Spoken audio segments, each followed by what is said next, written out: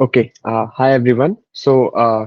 We'll take a quick a look at what has been covered in week 7 uh, in this tutorial session, and I'll quickly recap what you have been studying about eligibility traces, and then what I have in mind is towards the end, maybe I can repeat some of the practical implementations that I had showed, but very few people had come up. So one thing I can do is I can repeat that, and other thing that I have in other thing I have in mind is basically uh, getting you started with OpenAI Gym, because that is necessary when you uh, get ahead with deep learning, with deep reinforcement learning and actor critic methods, and you want to look at the implementation aspect of it. OpenAI Gym is a great toolkit. So maybe a tutorial would help you guys in that. So you can see my screen, right? Yes, Manu. Okay.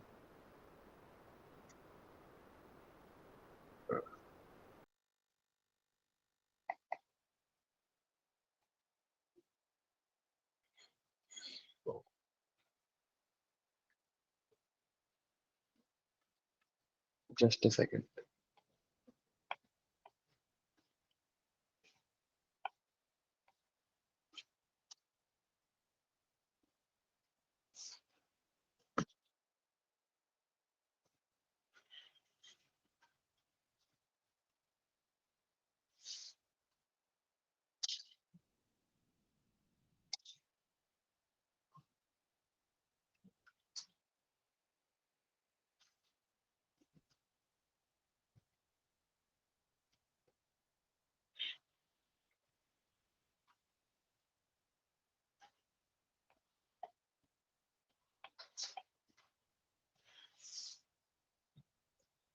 Okay, I think this is moving. So I'll quickly get on with what we did, what Sir has covered in week 7. So the basic idea here is the concept of something known as eligibility traces. So till now you have learned about the concept of temporal difference method, and in that you have two methods. One is an on-policy method, which is the SARSA learning, and the second is the Q-learning method, the off-policy method, which is the Q-learning. And both of them solve different optimization problems, and the results you get are or the trajectories you get in both the cases are different with the TD learning method. So if you remember, we had discussed in the previous weeks that TD learning methods makes use of one-step bootstrapping. So uh, it does a bootstrap of a one-step update, and this happens on epsilon greedily when you're like inside when you're like evaluating the policy. Uh, at that instance only you are doing the one-step update, right?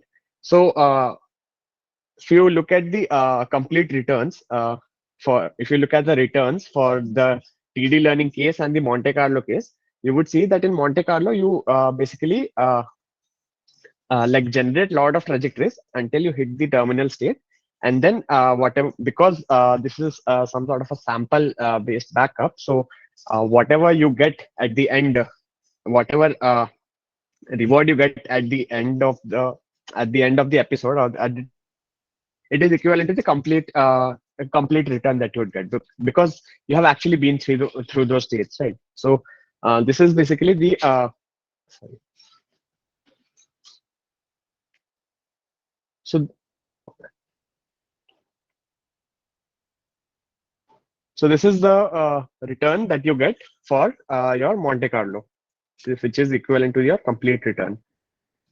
And similarly, what happens is in a TD0 in TD learning, what you do is you uh,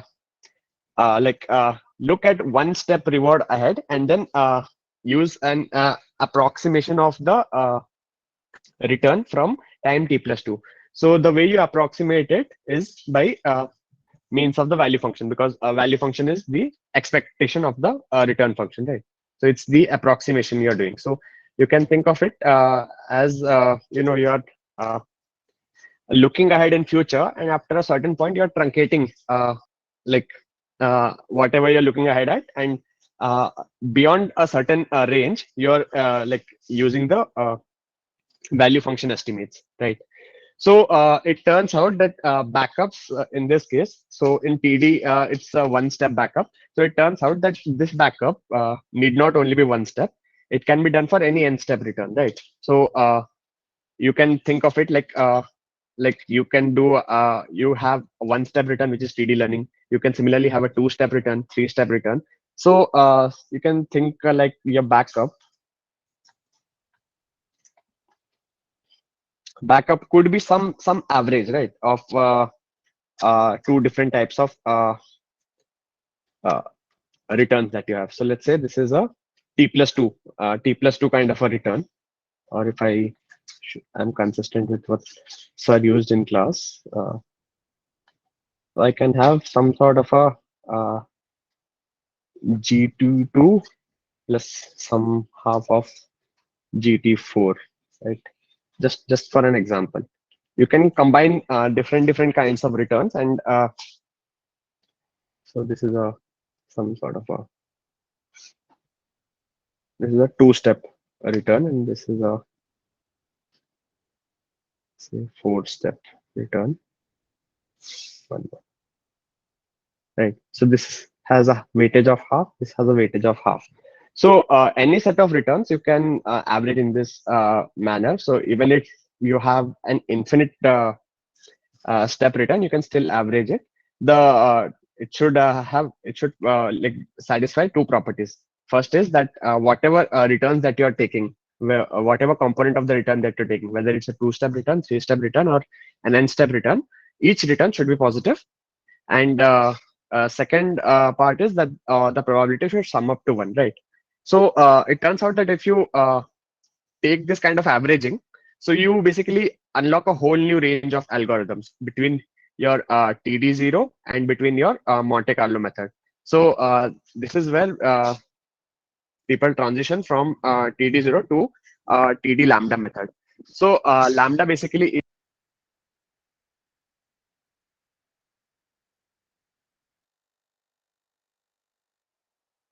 So your voice is not actually. So your microphone is off actually.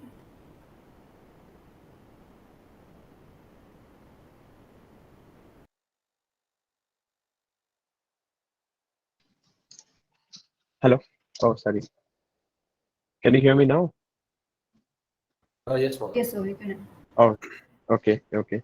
My earphones got disconnected and switches off the mic apparently.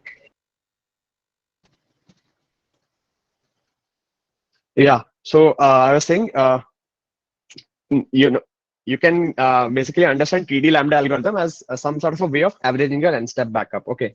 So if I were to write it down, if I erase all these stuff,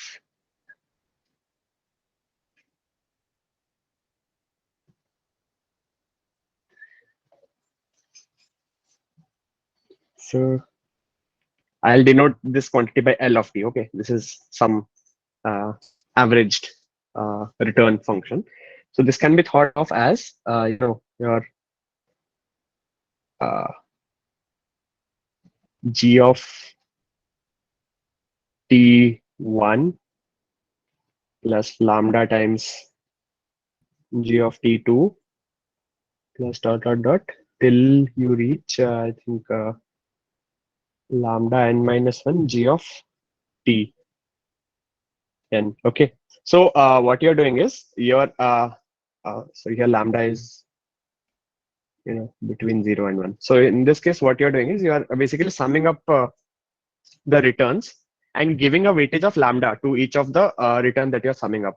So in this way, what you're doing is you're giving a higher weightage to like a one-step return as compared to an n-step return. Okay, so you're looking ahead in the future.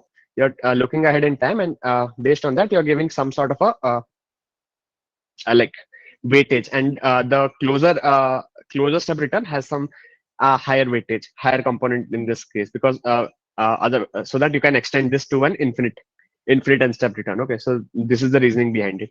And since this is not normalized, you will have some normalizing because this should sum up to one, right? And so turns out that this eligibility trace mechanism, it can be thought of in two methodologies. First is known as forward view, and second is known as a backward view. So this forward view methodology is more theoretical in nature. So this is not very practically implementable, because when you're looking for an implementation, you have to look at it from a backward view perspective. But what happens in forward view is that you are looking ahead in time, and if I am looking at an n step or some uh, uh, if I'm looking at some lambda return values, so I'm looking ahead in time, and based on what I'm seeing ahead, I'm updating the current state at time t. Okay, so this is something what forward view looks at. Okay, so this is just for an understanding perspective. The algorithm can be understood as a particular way of averaging the n step backup. So if I were to write down this thing, this should look something like this.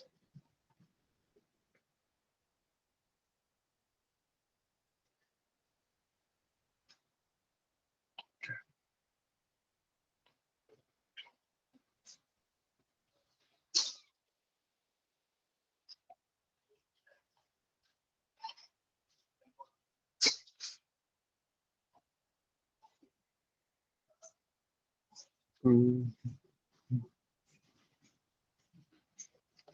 So this is how this thing looks like. But likewise, what happens is, because I'm summing this over to infinity, right? Because I'm looking at an infinite step return, what happens is the length of the episode or the time horizon for which the episode runs can be like limited. So what happens is, if my n becomes greater than the time horizon, which is t plus t minus t minus 1. So if for the case when n become larger than t minus 1, so whatever comes beyond that, because I cannot update once my n step return becomes larger than this thing. So essentially what I have is equal to the Monte Carlo return, right? So think of it like this. Okay, so let's say you're doing a three-step backup. So in the when you're in a state 1, you're looking 3 states ahead, making an update for state 1. Then you move to state 2, you're looking at 3 steps ahead and uh, doing the update. So what happens when you reach at the second last step? Okay, so then you don't have 3 steps to look ahead to. So you have the 2 states that you're looking forward to. So there is no notion of approximation that you're doing, because whatever you have is the complete return, and it's the a true reward that you're getting, because you're looking ahead in time, right? So that's why after a certain point, what you get is equal to the complete return, which is denoted by g of t. So there is no indexing done. So so this basically can be written in this way. So since you're okay, so a slight change, since your episode can run only till time t minus t. So beyond that, sorry, t minus 1. So beyond that, what you get is equivalent to the complete Monte Carlo return. Okay, so this is your lambda backup, what you're doing.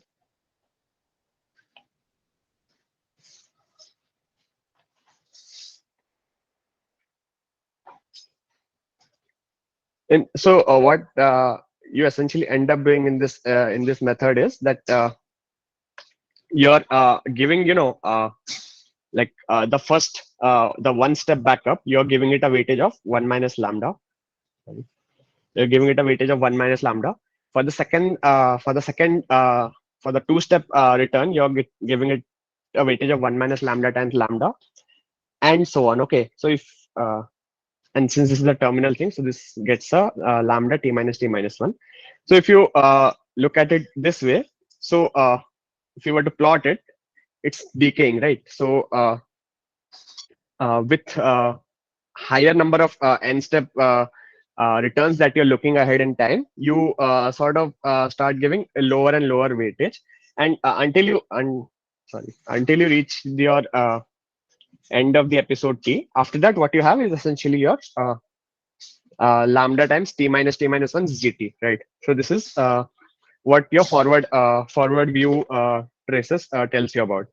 Now, if you just look at the limiting conditions, right? So I have my TD lambda algorithm. So if I just look at the limiting conditions here in this case, so what happens when lambda is equal to 1? So when lambda is equal to 1, uh, so when lambda is equal to 1, what I end up getting, my LT is basically equal to GT, right? Because all these terms goes to 0 when lambda is 1. Sorry, no. Uh, yeah. So LT is GT. If, I should maybe write down this equation, right? Or maybe just we can look at it.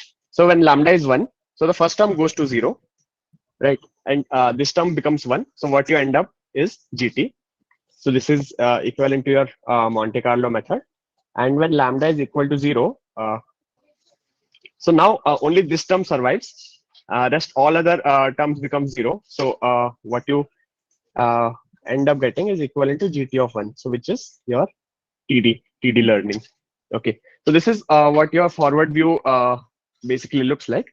And second thing comes as the the second way of looking at eligibility traces is something known as a backward view.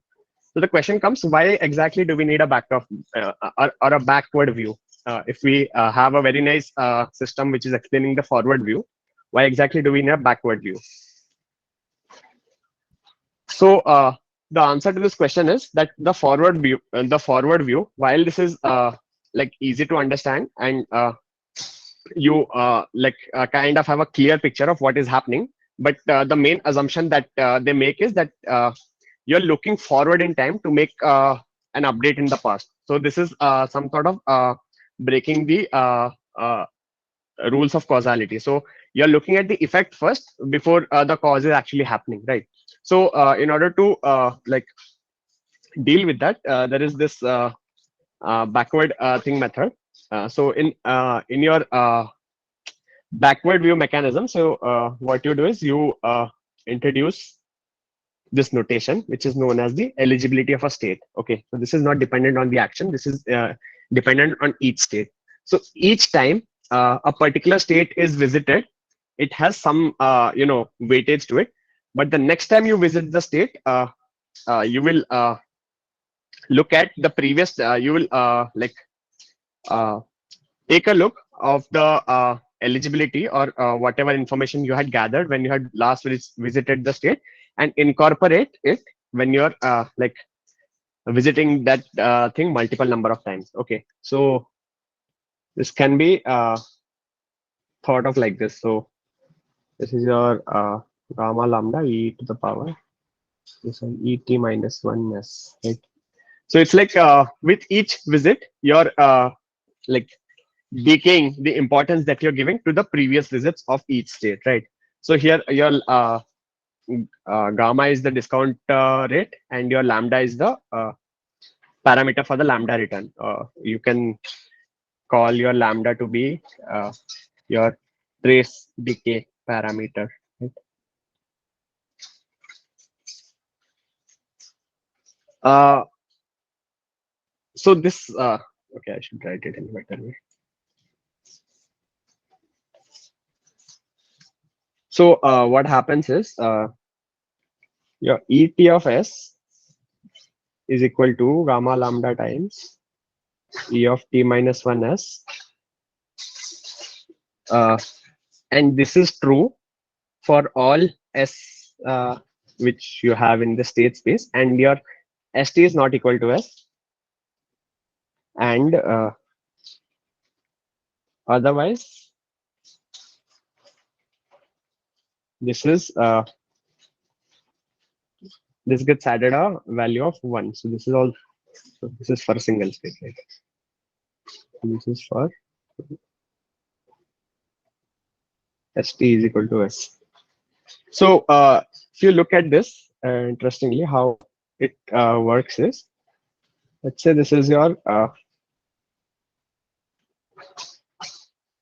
x-axis. This is the length of the episode, and let's say there is only one state that you want to look at. So let's say I am only interested in looking at state s.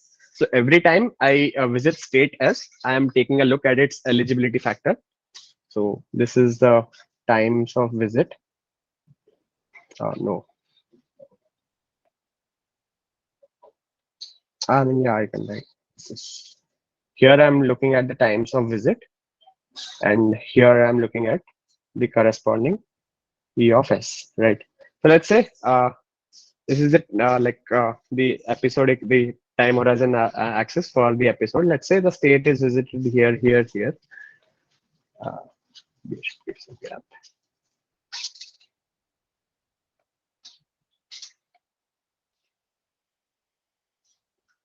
The state is visited here 3 times. This is visited here once. Visited here twice. So initially your update is 0. First, once you encounter this thing, you get a value of 1. Okay, and then it starts decaying by this gamma lambda parameter. It keeps decaying. Again, it encounters this thing. A +1 is added, and it starts decreasing. Then a +1 is added. It starts decreasing. Again, a +1 is added. It starts decreasing till it, let's say, reaches here. Once again, if it encounters, it gets added a value of 1, and it uh, starts decreasing. So this is how your eligibility trace looks like. So it turns out this thing has a name. This is known as your accumulating trace. It's because for every visit that you make to state S, you're accumulating the parameter associated, like you're accumulating the eligibility trace, which is equal to +1 in this case, right? So it's traces can be thought of like traces are said to basically indicate the degree to which a state is eligible to undergo a learning change, right? So if a state needs to be changed, what is the extent or what is the degree to which the state, the learning update needs to be made to each state? This eligibility trace determines that particular thing here. So this is your accumulating trace. You have different other varieties as well. Something known as your replacing trace. So here in replacing trace, instead of this thing, you just add a 1. Okay, you neglect this first term and you add a 1. So this thing should look like this. Okay, this is how your replacing trace looks like. And somewhere in between, you have a Dutch trace. So what Dutch trace does is, instead of this thing here, there is an extra parameter called beta.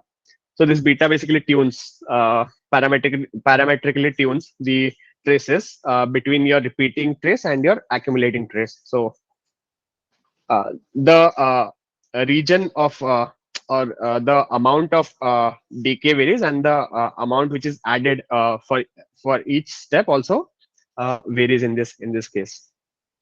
And yeah, so once you have this, right, so the update basically your update looks like this. Once you have your eligibility trace, so this is your TD error part. So this is RT plus 1 gamma B of T ST plus 1 minus VTST. Okay, so this is your TD error. Once you have your TD error, your value function update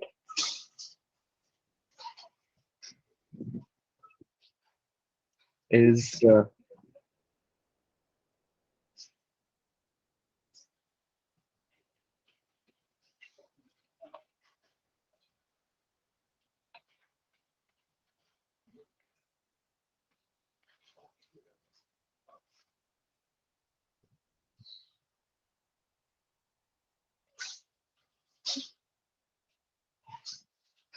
So this is the stochastic averaging, which is happening in case of your eligibility traces, right?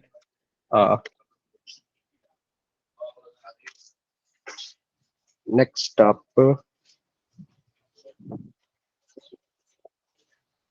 okay, yeah. So this is the way in which you do your like online tabular TD lambda update. So the difference between online and offline, you know, right? What happens in online and what happens in offline method. So in online method, you like compute your return after n number of steps, but in uh, the episode terminates. So if you just take a look at the algorithm for your online tabular TD, so you initialize your value functions randomly and set the eligibility traces to be 0 for all states. Then for each episode, you initialize s. You take a step in each episode. You select the action which is given by the policy for a state S. Then once you take the action, you observe reward and the next state S prime. You compute your TD error. You update the eligibility trace because you're taking like you're adding one because this is the target state that you're looking at. This is your ST. Your ST is equal to S. And then for all other S, you like decay this, you update the value function and you decay the eligibility trace by some amount and you repeat it unless until the episode ends. And the difference in your offline method is your offline in offline TD lambda, the only difference is that your value function update. Sorry, so in the offline thing, the only difference is that your VT of S is equal to VT of 1 plus the sum over all delta VTS, right? So it's like there is there are like different advantages and disadvantages on using online and offline methods. I think Sir has also discussed this extensively in class. So maybe you can look back at it. So this is that was all we had looked for the estimation aspect. For the control aspect, there are two main algorithms. Maybe I can quickly like rush through this so that we can go to the codes. So you're in Sarsa lambda. So instead, you replace your states with state action pairs.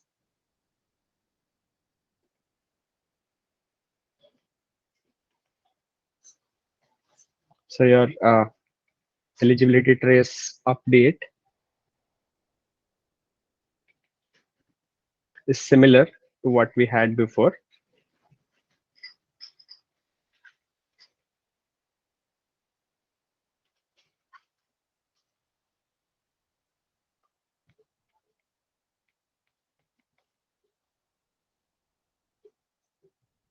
This is for ST is equal to S, and this is for ST not equal to S for all ST, right?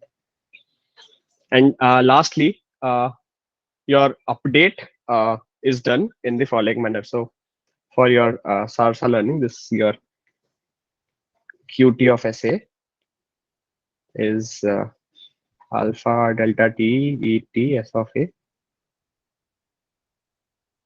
Your DT is here. DT is R of T plus 1 comma QT ST plus 1.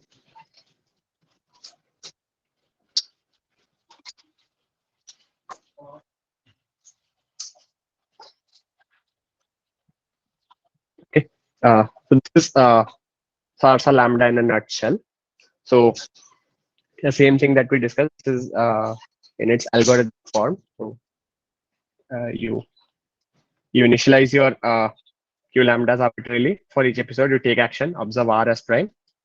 To choose prime using policy, which is you use any strategy, be it epsilon greedy or your UCB1 strategy.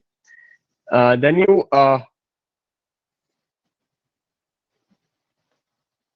compute your TD, like your error, update your eligibility trace, and then for the remaining state action pairs, you update the Q values and the E values up accordingly, right? So this is a direct extension of SARSA 0 to SARSA lambda. So all you're doing is you're introducing the notion of eligibility traces, but instead of defining eligibility traces for a particular state, you're defining this thing for a state action pair, right? And I think Watkins Q is a similar like uh, extension to the Q learning method, but here Watkins proposed a different method. It's slightly different than what we have been doing for eligibility traces so far. And what happens in Watkins traces, the update rule becomes different. So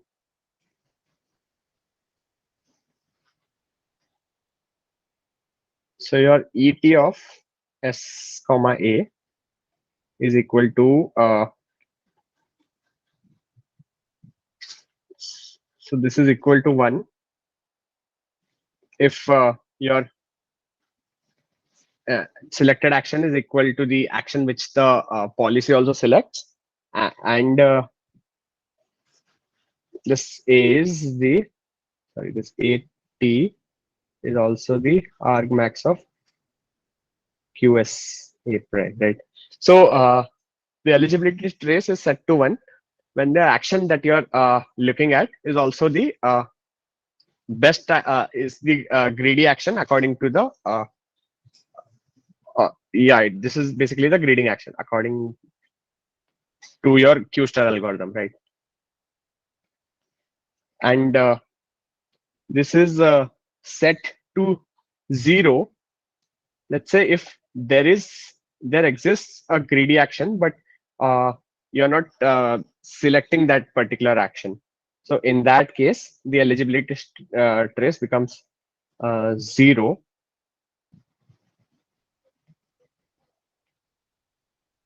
And if not, you decayed by your normal gamma lambda E t minus 1 s comma a. This is if your A of t is not the optimal action according to your uh, Q learning, right? So this is the basic idea behind your Watkins Q lambda. Maybe you can and you should probably go back and read the textbook so that you have a very clear understanding of what is happening. So yeah, this is exactly what I had been talking in the previous slide. So you have all the steps which is similar. You compute your A star first, which is the argmax according to the policy which is derived from Q. You compute your TD error. You for the particular action, if you set the eligibility traces to be 1, and then for the remaining thing, the update happens accordingly, right? Yeah, I think that's all for what I had from the theory aspect. So let's quickly just solve the assignment questions so I can go to the codes. So this is the correct answer in this case. This is the correct answer because I'm approximating my, after the third return, I'm using a approximator for it. So it's a, no, sorry.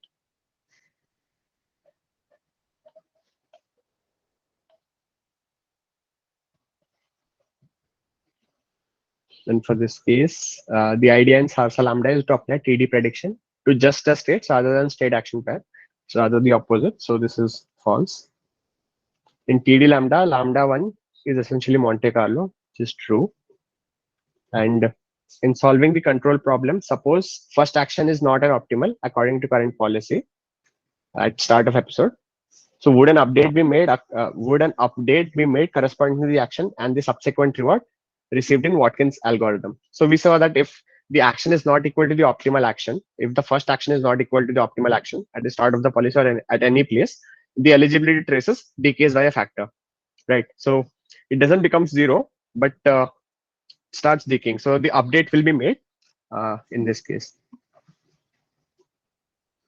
So yeah, maybe that's all I had from the theory side. We have some 20 minutes left. Maybe I can.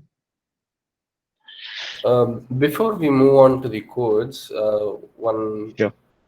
issue that I had with week 7 assignment, the B Hmm. and D options for the 10th question were the same, and the answer was also the Yeah, same yeah. thing. So I have notified this to the like the moderators. I'm Okay. still waiting for the reply, but hopefully Okay.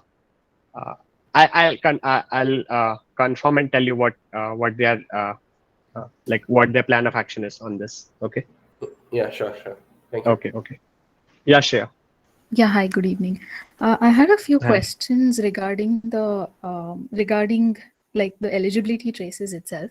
So first of Okay. all, the Monte Carlo method implementation when lambda is equal to 1, that works Mm-hmm. because of the eligibility traces, is it? Like we keep updating the values as and when we encounter them, but because we give like lesser weightage to each of them, it is essentially equivalent to an offline method. Is that right? It's equivalent to an I online mean, if I were online to do method, you mean? Monte Carlo like an offline method, like after the trajectory is over. So I'm saying that Mhm. these two are equivalent, like is because of the eligibility. Because of eligibility, earlier what happens is after you have completed the entire trajectory, only after that you do the backup, right? Yeah. So only after the reaching the end of the episode. But what eligibility traces allows you is some sort of an incremental update version for a Monte Carlo method. So Okay. because of eligibility traces, you can do online learning in Monte Carlo. Okay. Okay.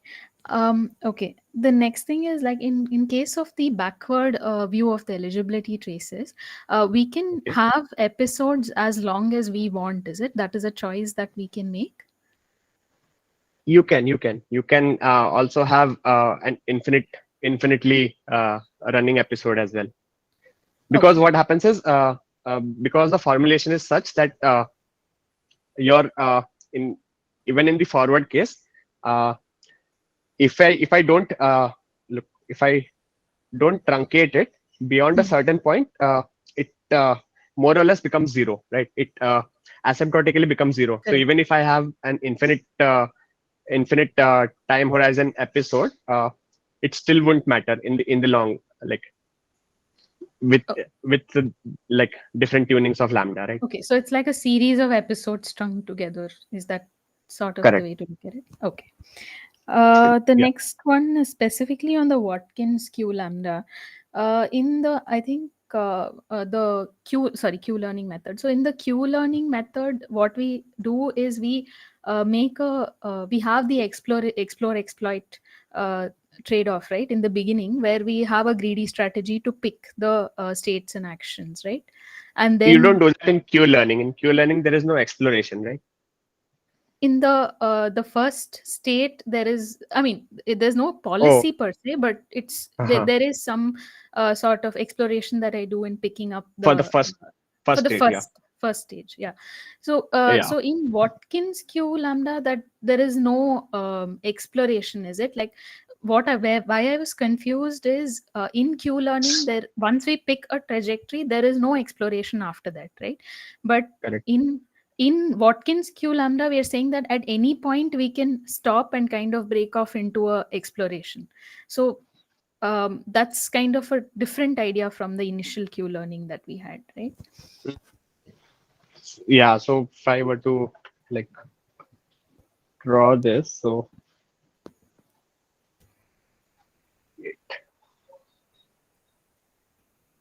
I'll just draw what you're saying. Okay. So just tell me if this is actually what you're asking. So this is your one-step update. This is your two-step update. Okay. And so on till you reach some part. Mm. And after that, what you're doing is uh, something like this. Correct. Yeah, this should be in the, this is only in the case of Watkins q lambda, This right? is, yeah. So this is like the only like change in what Watkins proposed. So you're saying that this is counterintuitive to what was happening earlier in Right. Q learning. Yes. Yeah. Okay. So I don't know how to explain like why this is happening, because I frankly don't know it myself. Uh, Okay, maybe, I mean, yeah. probably my question is like, I don't Mhm. know, like even I couldn't find why it's happening, but it's more Okay. like, how do we know that they are similar methods? Like the Q learning as Okay. well as Watkins Q lambda, how do we know that they converge to similar results?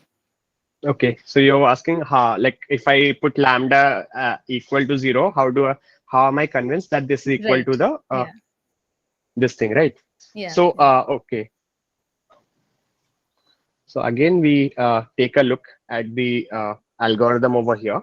So Mhm. what happens is, okay, just take a look at this update part over here. So what happens is, okay, just remember this update part. It's saying that so there are two actions that we are concerned with, right? One Hmm. is the action which my Q star gives me, the argmax of Q star gives me, which is A star, Yeah. and the others are the all the possible actions that I can take from status, right? Right. Yeah. Okay, so AT is your action, which is the action that you get on following policy Q, and A is the action that you want to update at time t. Hmm. Uh, okay, I shouldn't use that time t Uh, thing. Or is the target action like the action that you want to update, because eventually you want to update all the state action pairs, right? right. Yeah. So what happens is if these two are equal, if the action uh, that I'm looking to update is equal to the greedy action, my eligibility trace is set to 1. Okay. Yeah. Okay. So what happens is if otherwise, if at a particular state, if there is an optimal action, right? So because it's a Q star method, I don't do a lot of exploration, right? So Hmm. all states need not have a optimal action, because Hmm. that hasn't been explored yet, right? So Yeah. if that is not equal, then I set the eligibility trace to be 0, and otherwise, if sorry, no, if a particular state doesn't have an argmax of A prime, so then I do a decay, and for all other actions which is not equivalent to the uh, your A star, I set it to be 0. So what happens when you do lambda equal to 0 here, right?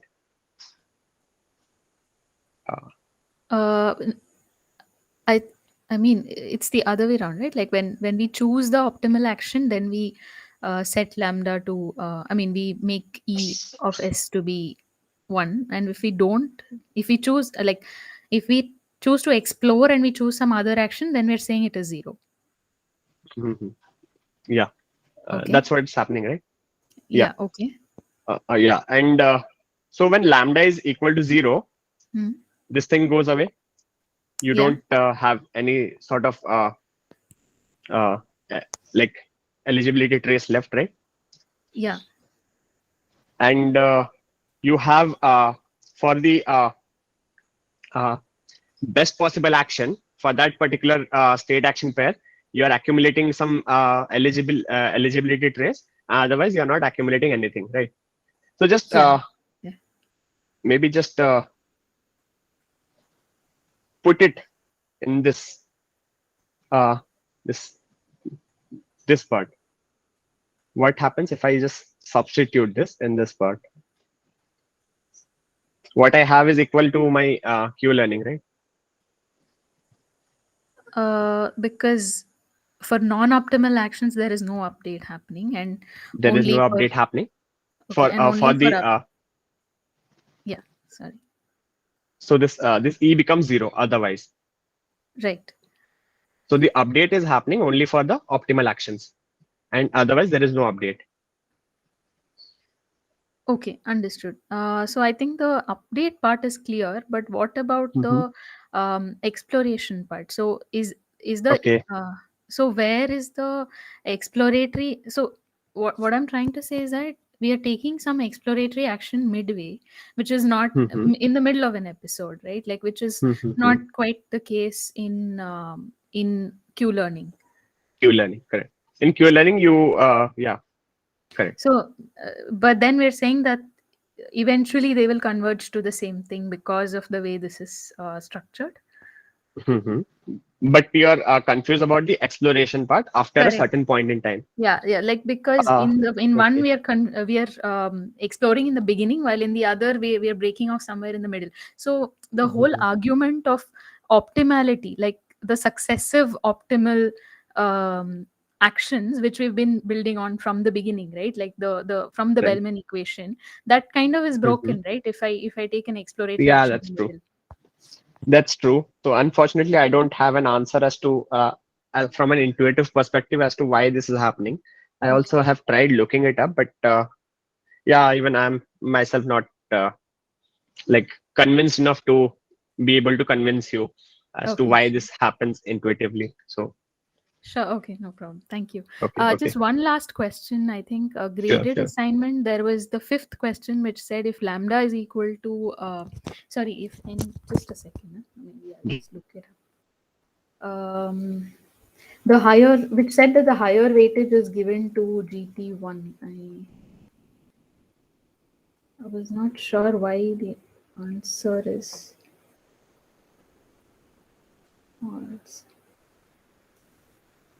Just please give me a second. Hi, sorry, I just got disconnected. Yeah. Yeah, just one second. I'm just looking the question up. Okay.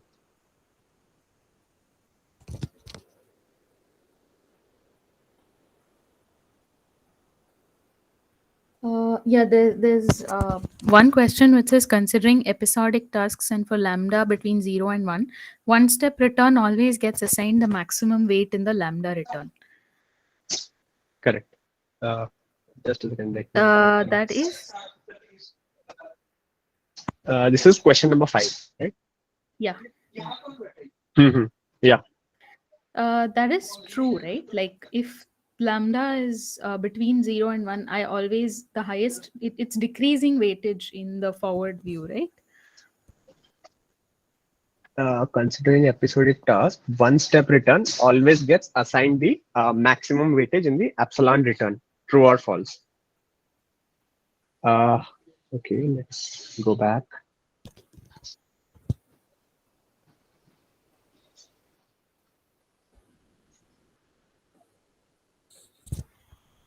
You're referring to this diagram. Right, yeah. Hmm. Weight given to the three-step return is 1 minus lambda lambda square. Uh, the weightage given to the one-step return.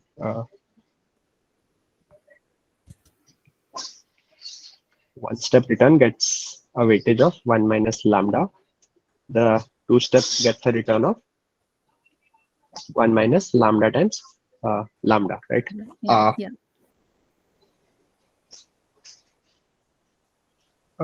and is there any catch? One step return always gets the maximum weight in the lambda return for lambda between 0 and 1.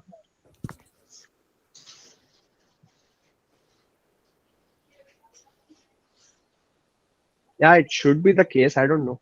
Uh, maybe I'm missing something. I'm also like seeing this now itself. Okay. Sure. I mean, Uh, Ashwin, you have an answer for this? You have looked at this thing, right?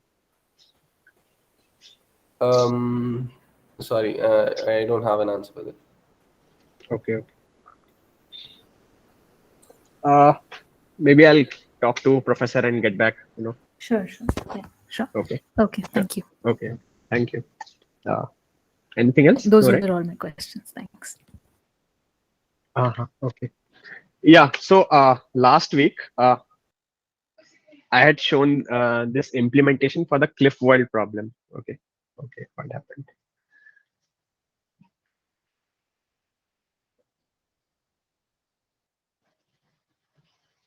Okay. Should stop sharing. And, okay. Let me rejoin just a second.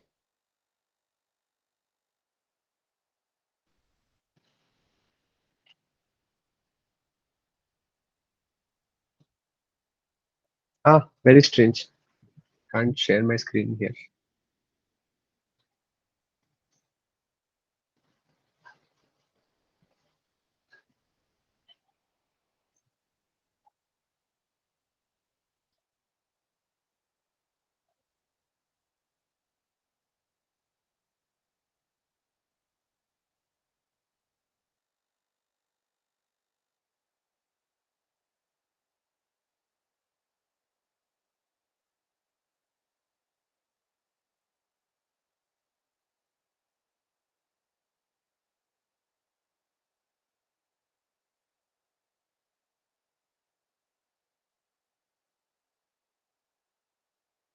Sorry.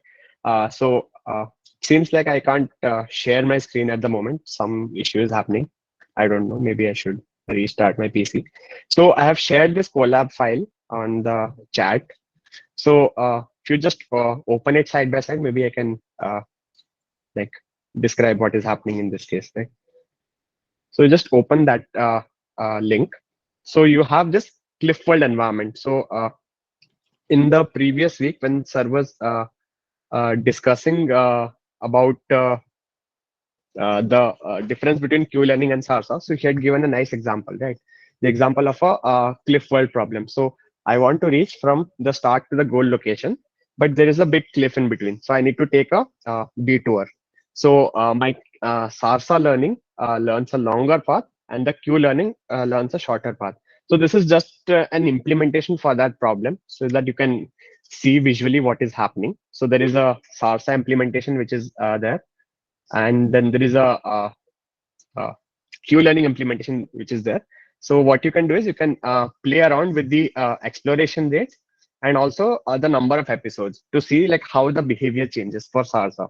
So for Q learning, even for less number of episodes and like uh, very low exploratory rate, you have like you still get the optimal policy which you were getting in the earlier case, but if you slowly start increasing the number of episodes and fine tuning the exploration rate, you can maybe take a look at how SARSA tends to choose the safer path in the longer run. Okay. So, yeah, I think that's all I had for today. I wanted to uh, like get into OpenAI Gym. If you have some, but yeah, it seems I can't share my screen right now. So maybe I can like push it to next week. We can next week take a look at how to work with OpenAI Gym. So I think it's already 8. Maybe it's a good time to end the class. So if you have any other questions, you can ask. Otherwise, I can stop the recording.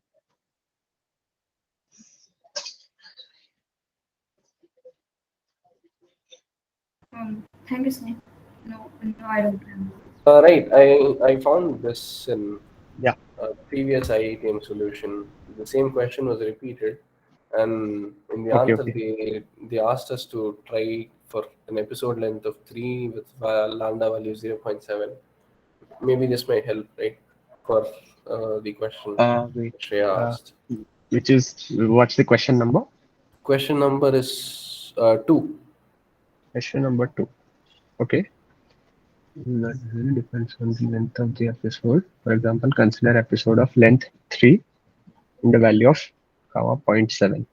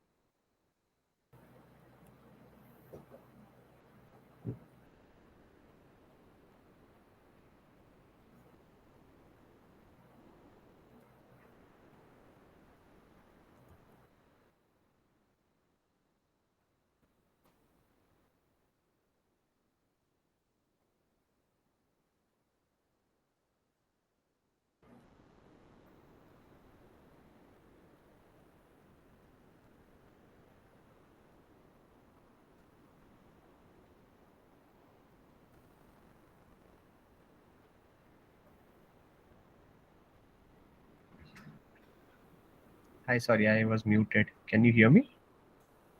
Yeah, we can hear you now.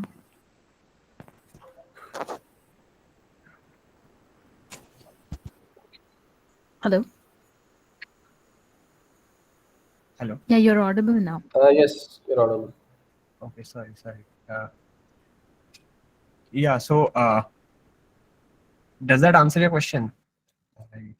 Not quite actually, because Okay. So let's say what they are saying is, for example, you have an episode of length 3 and lambda is 0.7, right? yeah. So if I have an episode of length 3, so I need to look at my one-step return, two-step return, and the three-step return. Okay. Yeah, The one-step return has a weightage of 1 minus lambda, correct. which is 0.3. 0.3, yeah.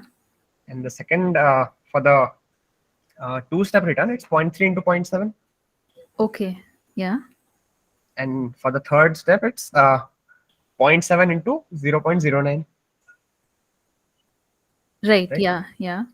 So you see what's happening because of the normalizing factor. Okay. That still gives me 0.09 and 2.7 still gives me 0.063, right? 0.063. And what's the weightage for the first factor? First is 0.3, 0.3. Second is second is 2.1. 0.2, 0.21, 0.21. and the And the third is 0.063. So still the first one is the highest, right? is it 0.3? Sorry, it's 0.7, 0.30, 0.21, and so 0.063. Oh, okay.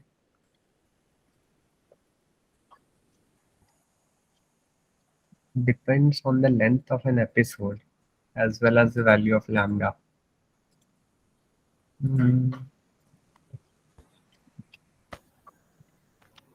Episode of length 3.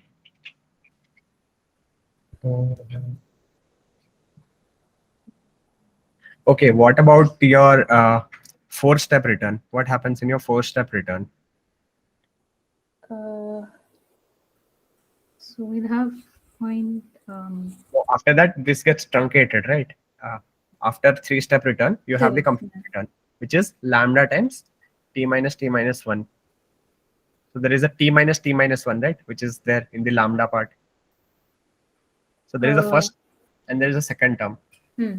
Have the like weight, which is truncated after the episode ends. But after that, you're still looking at the infinite step return, right?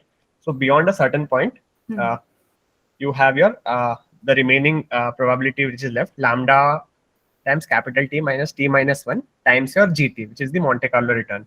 Correct. Okay. So what happens in that case? So this is dependent on t minus t-1. The lambda has a exponent of t minus t-1. Yeah. And your t is 3 here in this case. Okay. So t is 3, lambda t is necessarily less than lambda.